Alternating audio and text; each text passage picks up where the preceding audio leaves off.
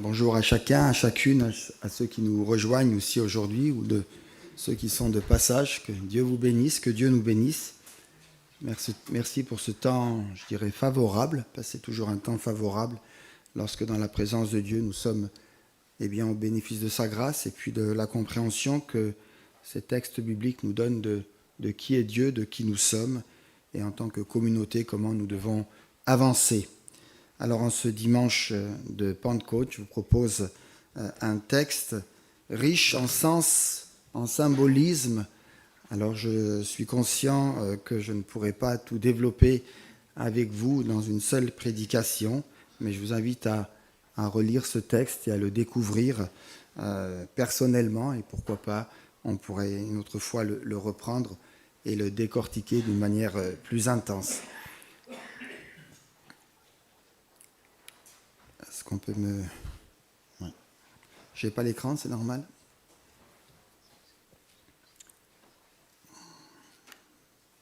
Voilà, je vous propose un titre, une onction, une nouvelle onction pour une nouvelle saison, avec deux textes que je vais lire. 2 Rois, chapitre 2, versets 1 à 14. Il aurait fallu lire un peu plus dans le texte, mais le temps nous manque maintenant. Et puis un texte que j'ai mis en parallèle avec 1 Jean, chapitre 2, verset 27. Lorsque l'Éternel fit monter Élie au ciel dans un tourbillon, Élie partait de Gilgal avec Élisée. Élie dit à Élisée, « Reste ici, je te prie, car l'Éternel m'envoie à Béthel. » Élisée répondit, « L'Éternel est vivant et ton âme est vivante. Je ne te quitterai point. » Et ils descendirent à Béthel. Les fils des prophètes qui étaient à Béthel sortirent vers Élisée et lui dirent, « Sais-tu que l'Éternel enlève aujourd'hui ton maître au-dessus de ta tête ?» Il répondit, « Je le sais, taisez-vous. » Élie lui dit, « Élisée, reste ici, je te prie, car l'Éternel m'envoie à Jéricho. » Il répondit, « L'Éternel est vivant et ton âme est vivante. Je ne te quitterai point. » Et ils arrivèrent à Jéricho. Les fils des prophètes qui étaient à Jéricho, on voit que tout le monde se déplace de lieu en lieu. Donc ces fils de prophètes qui étaient à Jéricho s'approchèrent d'Élisée et lui dirent, « Sais-tu que l'Éternel enlève aujourd'hui ton maître au-dessus de ta tête ?» Il répondit, « Je le sais, taisez-vous. » Élie lui dit, « Reste ici, je te prie, car l'Éternel m'envoie au Jourdain. » Élisée répondit, « L'Éternel est vivant et ton âme est vivante, je ne te quitterai point. » Et ils poursuivirent tous deux, leur chemin. 50 hommes d'entre les fils des prophètes arrivèrent et s'arrêtèrent à distance vis-à-vis, et eux deux s'arrêtèrent au bord du Jourdain. Alors Élie prit son manteau, le roula et en frappa les eaux, qui se partagèrent çà et là. Ils passèrent tous deux à sec. Lorsqu'ils eurent passé, Élie dit à Élisée, « Demande ce que tu veux que je fasse pour toi. » Une parole qui nous rappelle quelque part des propos ressemblant à Jésus, « Que veux-tu que je te fasse ?» Demande ce que tu veux que je te fasse pour toi, avant que je sois enlevé d'avec toi. Élisée répondit, « Qu'il y ait sur moi, je te prie, une double portion de ton esprit. » Élie dit, « Tu demandes quelque chose de difficile, mais si tu me vois pendant que je serai enlevé d'avec toi, cela t'arrivera. Sinon, cela ne t'arrivera point. » Et puis ce beau texte, 1 Jean chapitre 2, verset 27. « Pour vous, l'onction que vous avez reçue de lui demeure en vous, et vous n'avez pas besoin qu'on vous enseigne. Mais comme son onction vous enseigne toutes choses, et qu'elle est véritable et qu'elle n'est point un mensonge, demeurez en lui, selon les enseignements qu'elle vous a donnés. »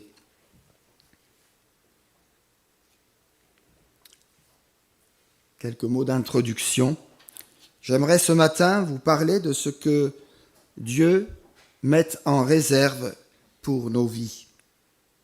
Nos vies sont bien souvent malmenées, ballottées par les soucis, les épreuves, les conflits au travail, les combats parfois dans les familles, les luttes de chaque jour, et j'en passe. Mais Dieu n'a pas prévu de nous laisser dans de telles situations. Dans notre marche avec lui, il prévoit des temps de rafraîchissement. L'onction d'hier a fait son chemin, même si elle est là encore. Elle est passée quelque part. J'ai besoin aujourd'hui d'être renouvelé par la grâce de Dieu.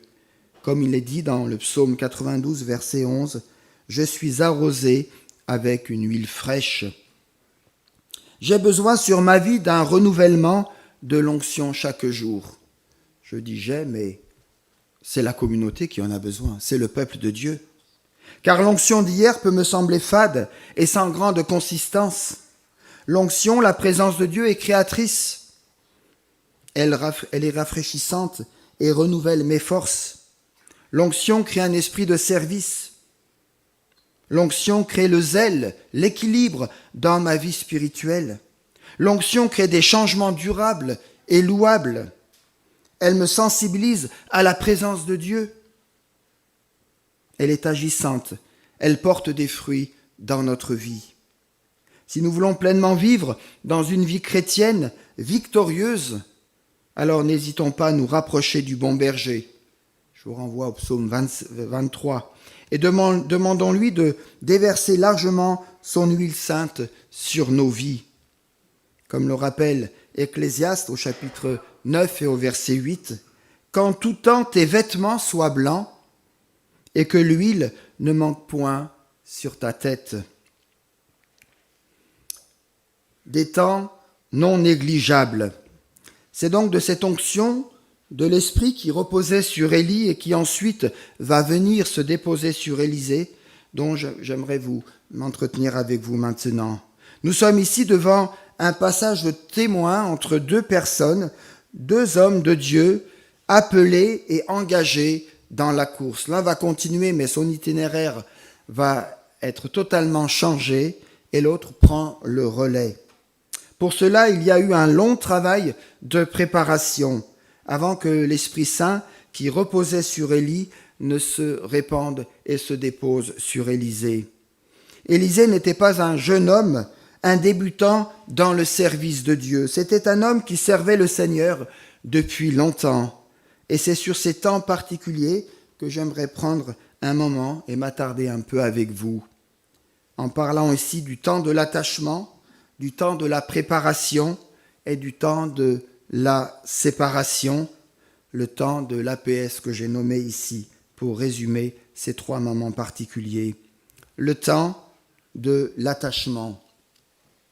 Cela nous ramène à 1 Roi chapitre 19, et il faudrait lire les 18 premiers versets de ce beau chapitre. Dans ce chapitre 19, nous trouvons Élie terrassé et abattu. Il frôle la dépression. Malgré une victoire extraordinaire sur le mont Carmel, devant les menaces de la reine Jézabel, il fuit jusqu'au mont Horeb, au Sinaï, où Dieu s'était déjà révélé à Moïse. Et là, dans une caverne, Élie se tient dans la présence de Dieu. Il passe un temps difficile, où beaucoup de questions s'enchevêtrent dans son cœur, dans son esprit. C'est là que le Seigneur va lui parler et lui demande étonnamment de consacrer par onction deux personnes, Jéhu comme roi d'Israël et Élisée comme prophète à sa place. Pas très encourageant pour Élie de savoir qu'il y a un successeur qui va prendre sa place. C'est le grand Élie. Il n'y en a pas eu deux d'Élie, mais c'est ce que Dieu lui demande. Alors Élie retourne vers Israël pour se rendre vers la contrée où Élisée était. Et le texte de nous dire qu'Élisée labourait avec ses paires de bœufs dans les champs. C'est là qu'Élie va s'approcher de lui et va jeter son manteau sur Élisée. On n'a pas le temps ici de développer cette belle image, mais peut-être juste dire que ce geste nous renvoie à une action prophétique. C'est comme si Élie couvrait de son ministère, de sa présence, de son onction, Élisée qui allait prendre la suite. Après avoir demandé la possibilité de saluer, de dire au revoir à ses parents, eh bien Élisée, nous dit le texte biblique, se leva, suivit Élie et fut à son service. C'est clair, c'est net, c'est radical. Tout est dit dans ce petit verset 21. Il se leva, suivit Élie et fut à son service. Puis vient le temps de la préparation. Élisée s'est levé et a suivi Élie. Maintenant vient le temps de la préparation. Élisée va partager la vie d'Élie, il sera en contact avec lui pendant de longues années. Certes, Élie avait couvert Élisée de son manteau, mais cela ne faisait pas de lui un prophète. Il fallait d'abord qu'il apprenne à s'attacher, qu'il soit formé pour que la parole prophétique de Dieu puisse s'accomplir et qu'Élisée devienne un prophète, un serviteur de Dieu. Il fallait du temps, il fallait le temps de Dieu. Chers amis, nous ne pouvons pas faire l'économie de ce temps de Dieu, de ce temps de préparation. Nous ne connaissons pas d'hommes dans la Bible qui n'ont pas connu ce temps de préparation. Ce temps où Dieu va profondément bouleverser leur caractère. On pense aux patriarches, que ce soit Abraham ou Jacob.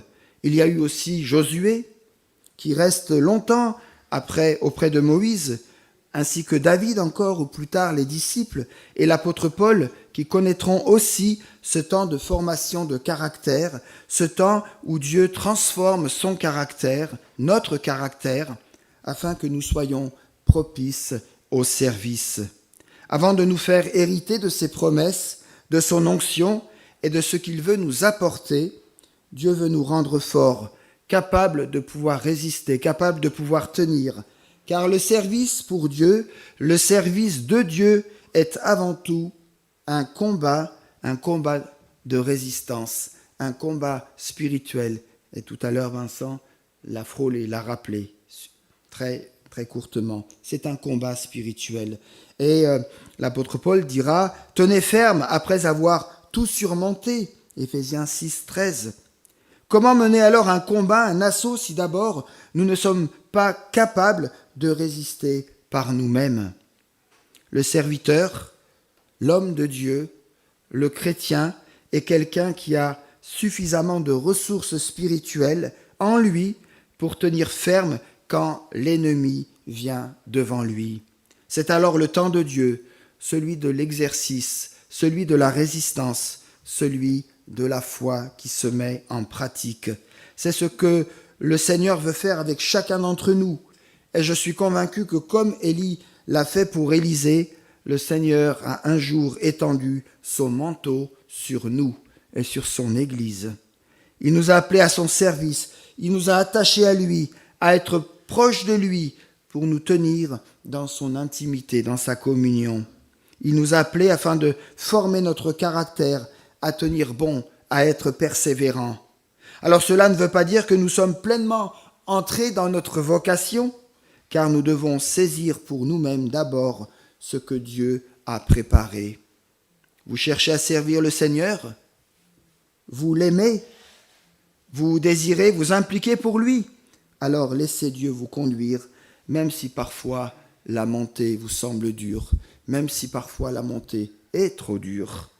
Et puis viendra aussi le temps de la séparation. Il vient un temps où il faudra arriver à nous séparer du ministère, du témoignage, de l'accompagnement que nous avons reçu par nos pères ou nos mères spirituelles, nos aînés dans la foi, ceux qui nous ont conduits, ceux qui nous ont accompagnés, ceux qui ont prié pour nous, ceux qui ont été des modèles, des témoins pour nous. Ce sera comme pour Élisée le temps d'entrer dans notre propre appel, le temps de vivre pleinement la vocation à laquelle nous sommes appelés par le Seigneur. Frères et sœurs, Dieu ne nous demande pas de nous blottir toute notre vie sous le manteau de nos pères spirituels, car il arrivera un moment où il nous faudra entrer dans notre propre appel. Dieu a une œuvre, un service pour chacun d'entre nous, non seulement pour maintenant, mais pour ce qui est devant nous, et par rapport aussi aux frères, aux sœurs, mais par rapport au monde environnant. Le temps de la séparation arrive, Élie sera enlevé, mais il laisse derrière lui son manteau, qui sera relevé, parce qu'il y a un homme capable de le relever. Vous me direz, c'est qu'un manteau, mais il y a tout le symbolisme derrière. Prendre la relève, assurer la continuité, aller plus loin, et on pourrait dire encore autre chose. Jésus, le Fils de Dieu, a lui aussi été élevé dans la gloire, mais il ne nous a pas abandonnés. Il a déversé le Saint-Esprit sur l'Église à la Pentecôte en disant à ses disciples, Jean 16, verset 7, « Il vous est avantageux que je m'en aille, car si je ne m'en vais pas, le Consolateur ne viendra pas vers vous, mais si je m'en vais, je vous l'enverrai. Et moi, je prierai le Père, et il vous donnera un autre Consolateur, afin qu'il demeure éternellement avec vous. » À un moment de notre vie chrétienne, cette séparation nous est aussi nécessaire et salutaire pour sortir de nous-mêmes, de nos préjugés, de nos fausses conceptions. Nous aussi, nous avons besoin d'avoir ce regard, le regard des autres, le regard du Seigneur, le regard aussi de notre propre jugement. Car elles nous permettent spirituellement de reprendre le manteau pour saisir cette grâce particulière dont nous devons nous revêtir afin de devenir à notre tour des hommes et des femmes capables de servir des pères et des mères dans la foi. Dieu nous invite à vivre notre propre vocation d'enfant de Dieu avec une fraîche onction, non pas toujours dépendant de ceux qui nous ont enseignés ou de ceux qui nous ont précédés, mais d'être capable, au temps de Dieu, mais ça nous implique, d'être capable à notre tour de transmettre humblement ce que le Seigneur nous a enseigné, ce que le Seigneur a déposé sur notre cœur. Et puis dans la suite du texte, nous voyons que il n'y a pas de grand bouleversement chez certains, et puis chez d'autres, il y a quelque chose d'extraordinaire qui a lieu. De quelle manière voulons-nous servir le Seigneur ? C'est une question qu'on se pose et qu'on pourra encore se poser longtemps.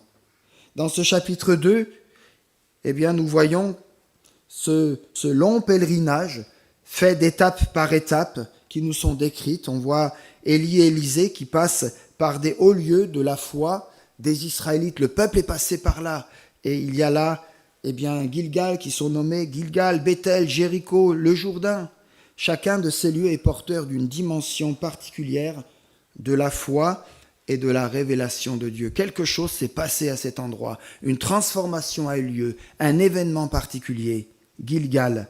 Alors on ne peut pas tout dire, c'est que des bribes de résumé, des pensées fortes peut-être ici. Gilgal, on se souvient des 12 pierres qui ont été dressées. Je vous renvoie à Josué chapitre 4. Il est ce lieu où Josué a circoncis les hommes d'Israël, cette génération qui ne l'avait pas été. Josué chapitre 5. Gilgal veut dire rouler. C'est après l'épisode de la circoncision que Dieu a dit à Josué, « Aujourd'hui, j'ai roulé loin de vous la honte de l'Égypte. » Gilgal, c'est aussi l'endroit où le peuple a commencé à se nourrir des produits de Canaan et où la manne s'est arrêtée. Gilgal est un lieu de délivrance, un lieu qui symbolise notre conversion, notre séparation d'avec le monde, notre appartenance à Jésus-Christ. Gilgal, ça nous dit quelque chose? On se situe dans ce lieu. Et puis ensuite vient dans la progression Béthel. Ce deuxième lieu est comme une progression de la foi. C'est le lieu où Jacob a reçu la vision, vous savez, l'échelle touchant ciel et terre, et où les anges montaient et descendaient. Quelle belle image! C'est là que Jacob, à son réveil, dira « C'est ici la maison du Seigneur, c'est la porte des cieux, et je ne le savais pas. La présence de Dieu était là, et je ne le savais pas. » Je vous renvoie à Genèse, chapitre 28. C'est un lieu de communion, un lieu de révélation, un lieu où Dieu nous parle, où il s'adresse à chacun d'entre nous. Béthel. Et puis on avance. Jéricho. Vous connaissez Jéricho. C'est un texte qui nous parle. C'est un lieu qui a beaucoup de choses à nous dire. C'est le lieu de la démonstration, pour résumer ici, le lieu de la démonstration de la puissance de Dieu, où le Seigneur a envoyé son armée tourner tout autour des murailles de Jéricho.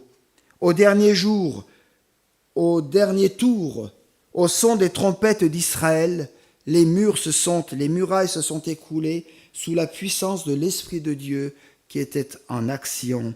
Dieu avait alors prononcé l'anathème sur cette ville. Elle ne devait plus être rebâtie. Je vous renvoie à Josué chapitre 6.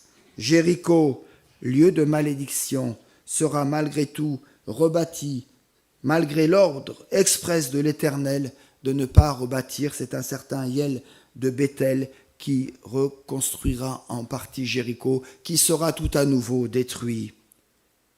Et puis, il y a le Jourdain avec beaucoup de symbolisme. Que représente-t-il ?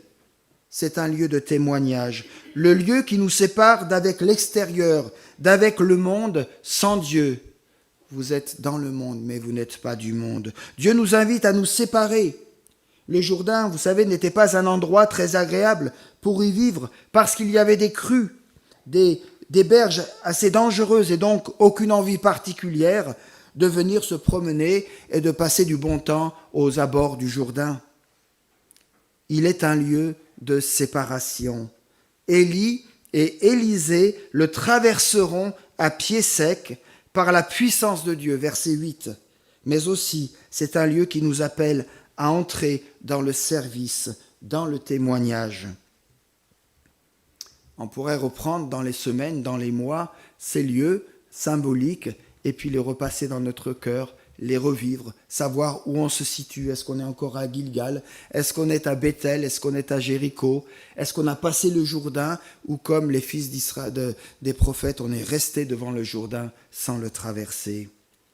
Et puis il y a la route de l'accomplissement. Après ces étapes, il y a ce que j'appelle ici la route vers l'accomplissement. Revenons à Élisée. Je suis surpris, je ne sais pas si vous avez fait attention dans ce texte, je suis surpris de voir avec quelle insistance, on lit ça facilement, mais il y a tout un contenu dans ce texte, avec quelle insistance Élisée répond à Élie et aux fils des prophètes. « L'Éternel est vivant et ton âme est vivante, je ne t'abandonnerai pas. » Ce texte est fort dans son sens et dans ce qu'il veut dire. Puis il dira par la suite aux fils des prophètes qui lui disent « Sais-tu que l'Éternel enlève ton Seigneur au-dessus de ta tête ?»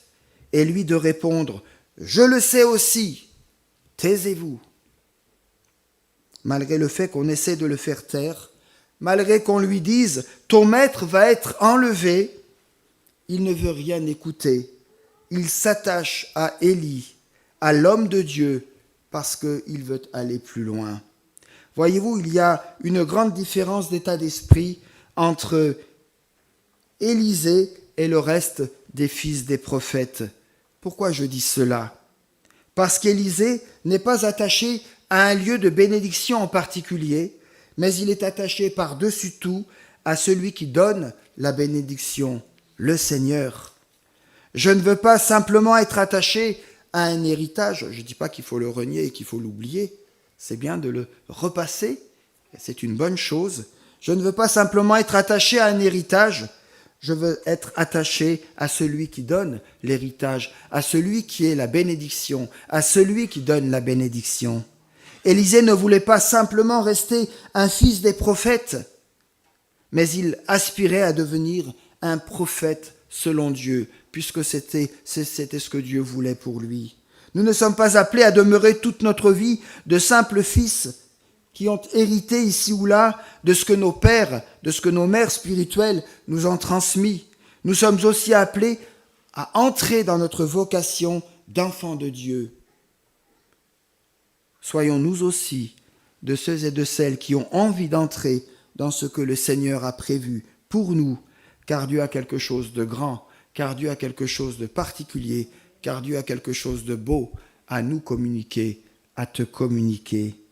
Mes amis, Dieu cherche des jeunes gens, Dieu cherche des hommes et des femmes, Dieu cherche des aînés aussi, qui peuvent à leur niveau, à leur tour, de leurs moyens possibles, dire Seigneur, tu m'as appelé à ton service et tu m'as oint pour cela.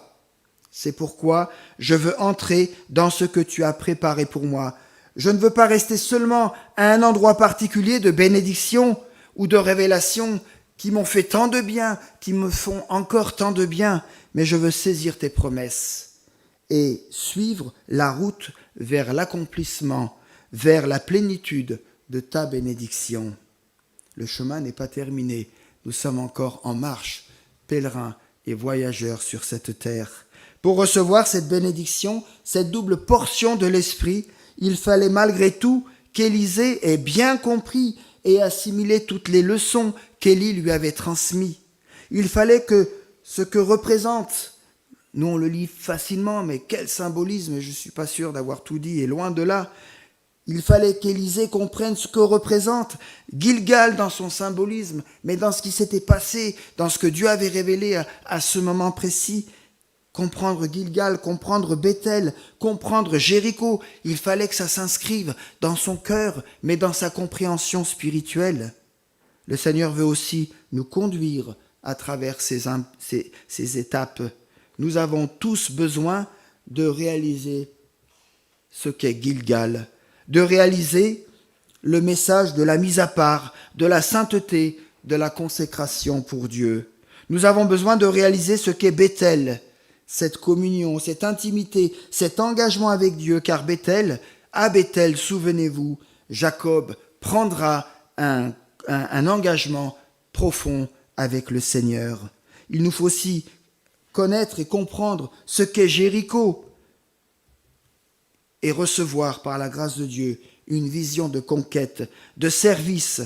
Si cela n'est pas en nous, si cela n'est pas quelque chose qui nous attire, nous ne serons pas prêts alors, me semble-t-il, à franchir le Jourdain. Nous risquons d'être comme les fils des prophètes qui savaient, qui ont annoncé, qui ont enseigné, mais qui n'ont pas traversé le Jourdain. Si nous ne sommes pas prêts, nous aurons certainement du mal à franchir le Jourdain et à aller au-devant et au-delà du Jourdain pour accomplir ce que Dieu nous a réservé et ce que Dieu veut nous confier. Alors un petit mot peut-être sur le test du Jourdain. Sur ce chemin, Dieu teste à sa mesure la disposition intérieure d'Élisée. Dieu mesure aussi notre attachement, nos motivations, nos engagements, oui, nos motivations, nos désirs profonds.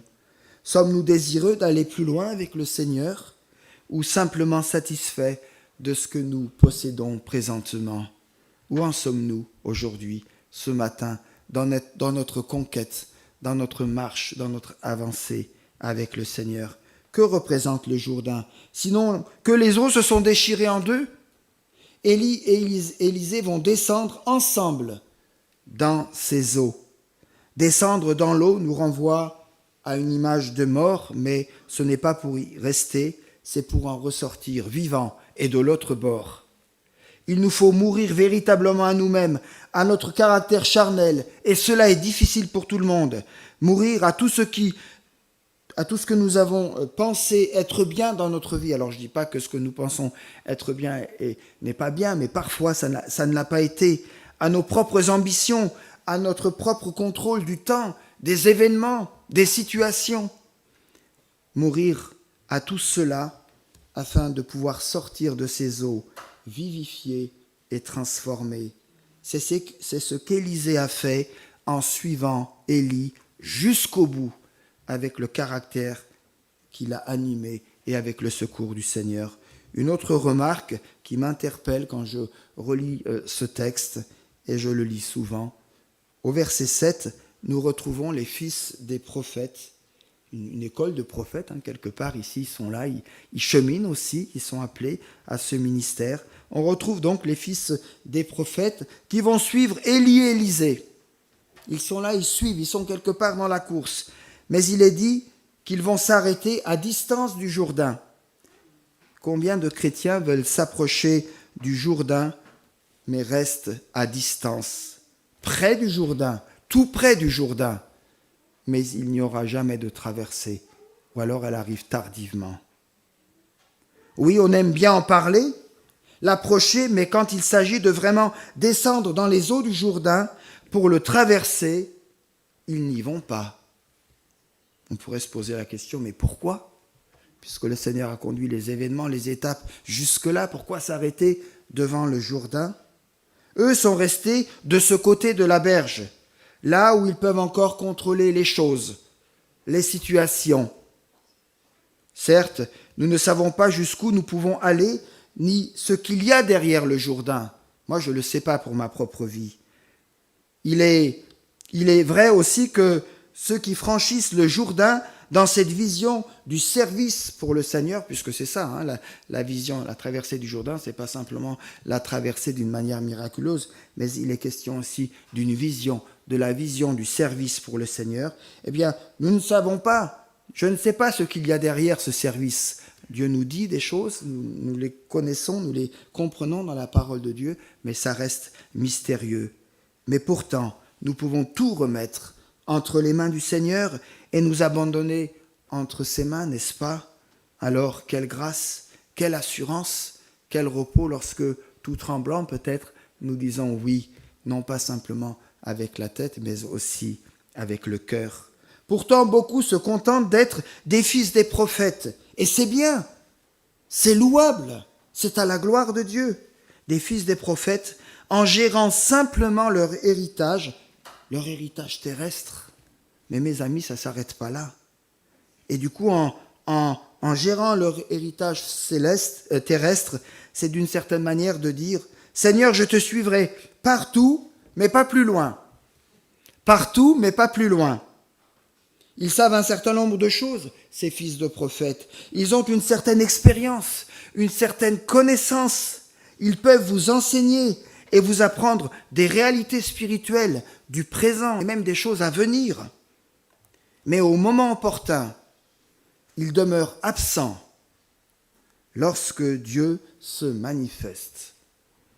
Je ne veux pas être absent lorsque Dieu désire se manifester dans ma vie. Certes, ils savent, mais ils sont privés de quelque chose. Plus loin, au verset 17, il est dit « Les 50 fils des prophètes cherchèrent Élie pendant 3 jours, mais ils ne le trouvèrent pas. » Élie était quelque part dans la présence de Dieu puisqu'il avait été enlevé. Élisée était un fils des prophètes, mais il a voulu aller plus loin. Il ne voulait pas, dans toute sa vie de disciple, repasser uniquement les bénédictions que Dieu lui avait accordées ou les enseignements qu'il avait reçus. Il ne voulait pas se contenter d'aller à Gilgal ou encore à Bethel, à Jéricho, et puis de refaire le tour et encore le tour et encore le tour. Il ne voulait pas que dans son ministère, il soit simplement un accompagnateur de promenades spirituelles. Vous savez, parfois on accompagne les gens, on prie pour eux, on les suit, mais nous on n'avance pas. Et finalement, eux, ils avancent mieux que nous. Eux qui étaient en fragilité, eux qui étaient en manque de compréhension, de connaissance, eh bien l'élève a dépassé son maître. Il ne voulait pas s'installer ni à Gilgal, ni à Jéricho pour dire « Voilà, Seigneur, je gère l'héritage de nos pères, de ce que nos pères nous ont appris, nous ont transmis, et je suis heureux, je suis satisfait avec cela. » Élisée voulait entrer dans ce que Dieu avait préparé pour lui. Il voulait une double portion de son esprit. Mes amis, c'est notre détermination profonde et notre acceptation de notre identité spirituelle en Christ qui nous orientera et qui permettra que nos désirs se tournent vers le Seigneur et soient des désirs qui s'engagent à long terme. Alors, un mot de conclusion. Au verset 12, dans la deuxième partie du verset 12, le texte biblique de nous dire, quel symbolisme, Élisée déchire ses vêtements en 2. Ça vous est déjà arrivé de déchirer vos vêtements? Mais vous les déchirez pourquoi? En tombant, une mauvaise chute, et puis ça se déchire, il vaut mieux que ce soit le vêtement qui se déchire, mais pas une déchirure musculaire. On les déchire parce qu'on n'en veut plus, parce qu'ils sont sales, parce qu'ils sont abîmés. On les déchire comme ça, on se dit, j'en ai plus, je vais acheter autre chose. Je ne sais pas. Élisée déchire ses vêtements en 2 pièces. Ils ne lui serviront plus désormais, car il possède le manteau d'Élie. la double mesure de son esprit. Et c'est dans cette puissance qu'il va marcher au milieu d'Israël. Ça n'a pas été un mystère facile, même s'il y a eu 14 miracles, puisque tout était en double, donc 14 miracles. Et le dernier, quand Élisée meurt, c'est cette personne qui tombe et qui touche son corps et qui ressuscite. Élisée, est revêtu du manteau d'Élie et il va pouvoir servir son Seigneur. Puisse en être de même pour chacun d'entre nous. Puissions-nous désirer, déchirer aussi notre ancien vêtement après avoir revêtu Christ, comme nous rappelle Galates 3, 27. Avoir revêtu Christ pour le représenter, pour parler de lui, pour que les gens puissent voir qu'il nous habite et qu'il est en nous, et que par sa grâce nous puissions être ici ou là des témoins de son évangile. Dieu, en Jésus-Christ, est notre grand Élysée. Il tient son Église parfois chancelante et lente à croire entre ses mains. Il nous tient aussi dans ses mains. Alors pour l'heure et pour les jours de grâce qui suivront, restons enracinés sur le roc. On l'a chanté, on l'a dit tout à l'heure. Le roc des promesses de Dieu qui tient toujours sa parole. Ce que sa bouche a dit, sa main l'accomplira. J'espère que vous le croyez. Élisée a franchi son Jourdain. C'était le sien, c'était son ministère, c'était son appel, c'était sa vocation. Il a refusé de permettre à qui que ce soit de l'empêcher d'accomplir son but, ce pourquoi il avait été appelé par le Seigneur. Mes amis, ne permettons pas au Jourdain de nous voler le meilleur de ce que Dieu nous a réservé. Quittons Gilgal, Béthel et Jéricho, traversons le Jourdain et ramassons par la foi, dans l'esprit, le manteau, symbole du Saint-Esprit, que Jésus a promis de répandre sur tous ceux et toutes celles qui le chercheraient sincèrement et du fond du cœur. Qu'à l'exemple du prophète Élisée, nous sachions demander et nous attendre au Seigneur. Jusqu'à présent, vous n'avez rien demandé en mon nom ? Demandez et vous recevrez afin que votre joie soit pleine, ou on peut traduire par complète. Jean chapitre 16, verset 24. Que dans cette demande, Dieu nous donne la bonne disposition pour que, individuellement, en famille et en Église, nous puissions avancer et connaître les bontés et la grandeur de Dieu dans son œuvre pour nous, pour nos vies, mais dans l'œuvre d'évangélisation, de témoignage qu'il nous confie. Amen. Voilà, je vous propose encore.